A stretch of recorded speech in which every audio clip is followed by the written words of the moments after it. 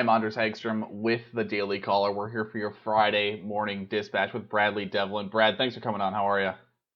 It's almost the weekend, Anders. It is almost the weekend. We are so very close. And last night we had a good episode of Tucker Carlson's show, or at least very interesting.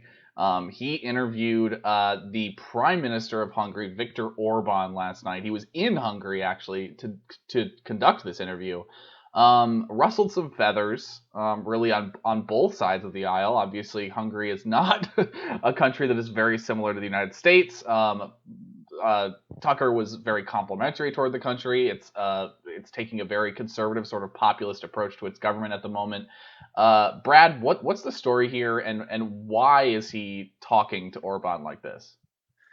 Well, because Orban has a lot of interesting ways to incentivize family policy, family growth, and fertilization rates, right? Like the cure for Viktor Orban in Hungary has been to combat economic stagnation with empowering families so that they can invest in real estate, try to build a middle class over time, build by building this type of generational wealth, and then of course incentivizing having more children, which will eventually, become part of not only Hungarians' very religious society, but also part of its workforce. And the fact that Viktor Orban said that he's trying to build a society based on traditional values and on national identity, and that it melted the minds of both right and left leaning liberals alike, just shows you how far we've fallen.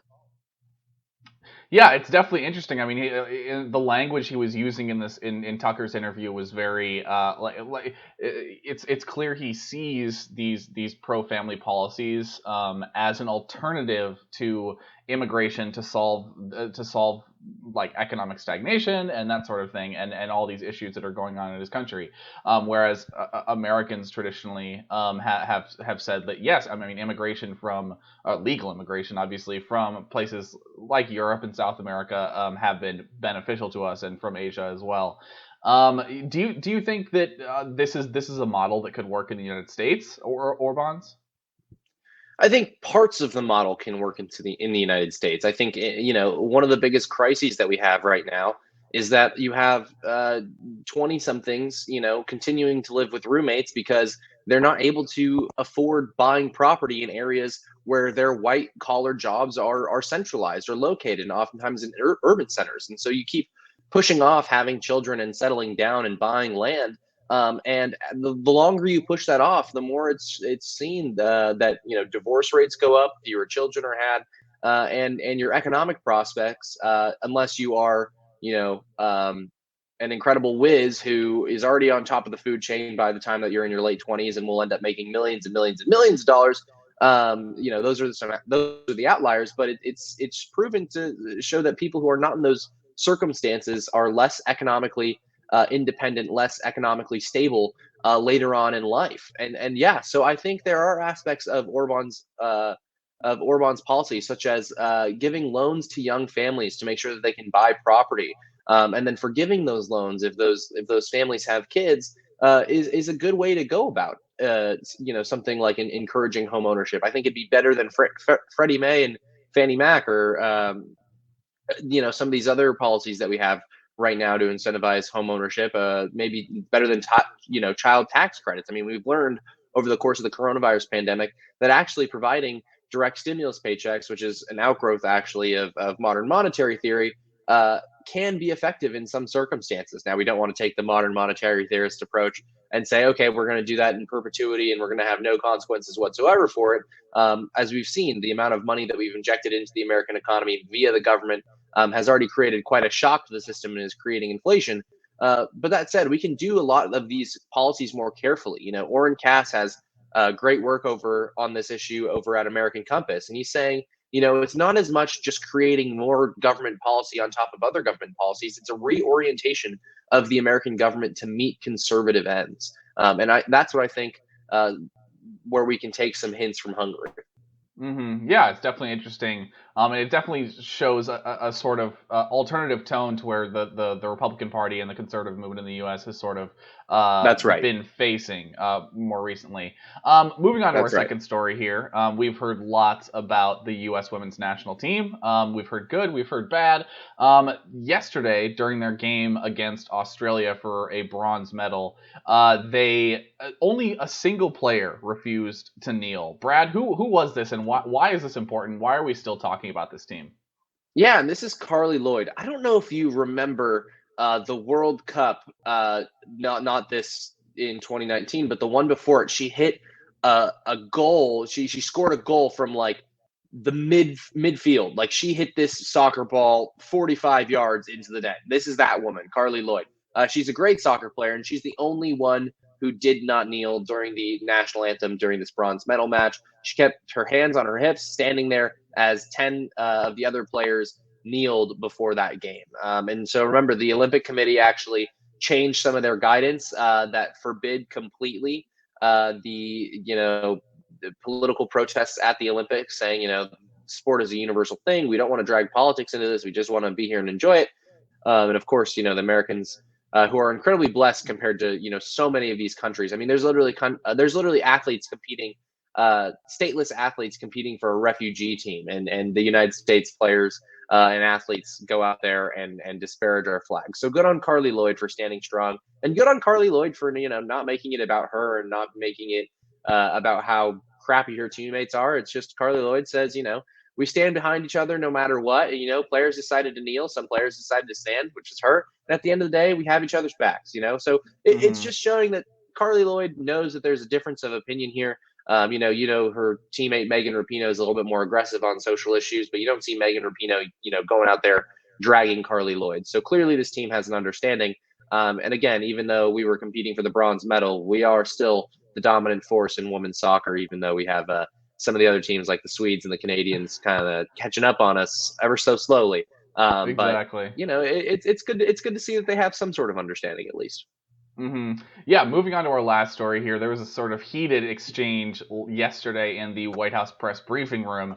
I'm sure a lot of our viewers already saw this clip of Cori Bush yesterday saying, within a single breath, that she would spend $200,000 on private security and also that we should abolish the police, or defund the police, I should say.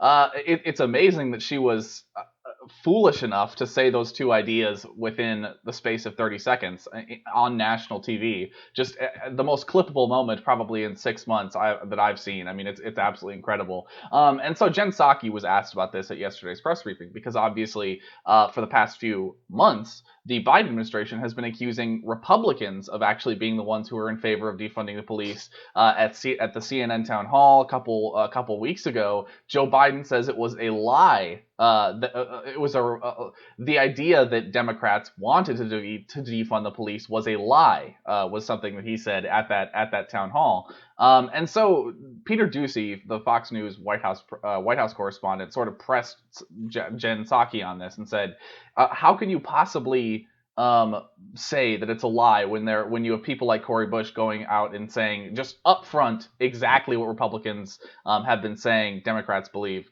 So what exactly was the exchange here, Brad? Yeah, well, okay. So, Honors, I've got a lot of thoughts on this. So, we'll get to the exchange. But first, if you are a libertarian watching this and you think, yes, Queen Cori Bush finally realizing that the police are bad, but private security is good. Well, you know where this has been tried time and time again?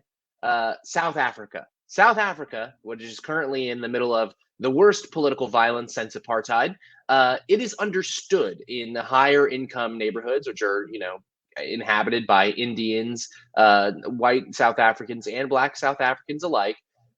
It is understood that businesses and neighborhoods have fences, have barbed wire, and private security because they don't expect the police to do anything. So when this violence broke out, you actually had the defense minister of South Africa said, we didn't think that we should be dispatching forces because there is so much private security. Mm-hmm. So this demonstrates that no, a bunch of disjoint private security mercenaries walking around your neighborhood does not quell societal level violence, the kind of which South Africa is seeing, and of course the type of which that we've seen to a lesser extent throughout the past year and a half. So that's that point, just to disprove that myth that private security and police are two fundamentally different things. Yeah, the police are actually more effective in quelling societal unrest. And so that's a major part of this. The second thought I have is this sleight of hand that the Democrats are trying to pull off is one of the most brazen attempts I've ever seen in American politics. It's absolutely bewildering to me that Joe Biden can choose Kamala Harris, who was, a cop herself before deciding that cops were all racist. She wasn't actually a cop, but it was a joke that she's a cop. Before deciding that cops were all racist and deciding that the police, they should look at alternate ways to fund the police or to fund some sort of type of law enforcement, which meant putting social workers out there to respond to domestic abuse cases when a drunken man is beating his wife.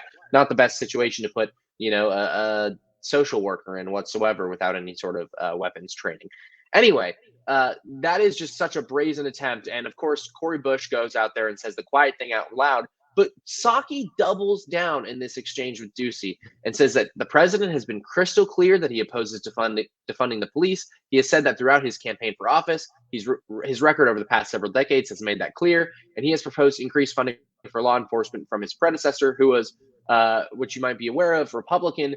There may be some in the Democratic Party, including Congresswoman Bush, who disagree with him. That's okay. But I would say a majority of the Democrats, we've seen this in polling, and the majority of the members also agree that we should not defund the police. Okay, Jen, if this is the case, then why are you getting dog walked by the progressives, right? You are the president. You are the president's spokesperson. President Joe Biden is the president of the United States. He is the de facto leader of the Democratic Party. Why is he getting dog walked by progressives who are making these claims to defund the police? Why are you being absolutely dominated by the fringes of your party? If you actually have broad consensus about this, then why aren't we able to pass bills that empower police departments all across the country to stem the violence and surges of shootings or homicides and other types of violent crime that we've seen across the country? Why haven't we been able to get that done? Well, it's because Jen Psaki and Joe Biden and Nancy Pelosi are afraid of the progressive left. It's just that simple. Mm-hmm. That was sort of revealed just earlier this week when it came to the eviction moratorium. Biden insisted for days, for more than a week, that he didn't have the authority to do it. And then you had AOC and the rest of the squad members and Cori Bush herself camping out on the steps of the Capitol saying that, no, the Supreme Court doesn't matter. You should do an snacking on Oreos with a... And then lo and behold, the Biden administration decides that the Supreme Court doesn't matter and they institute an eviction moratorium. But that is all we have for you this Friday morning, Patriots. Thank you so much for watching. Hey, and Brad, thanks for coming on. Of course.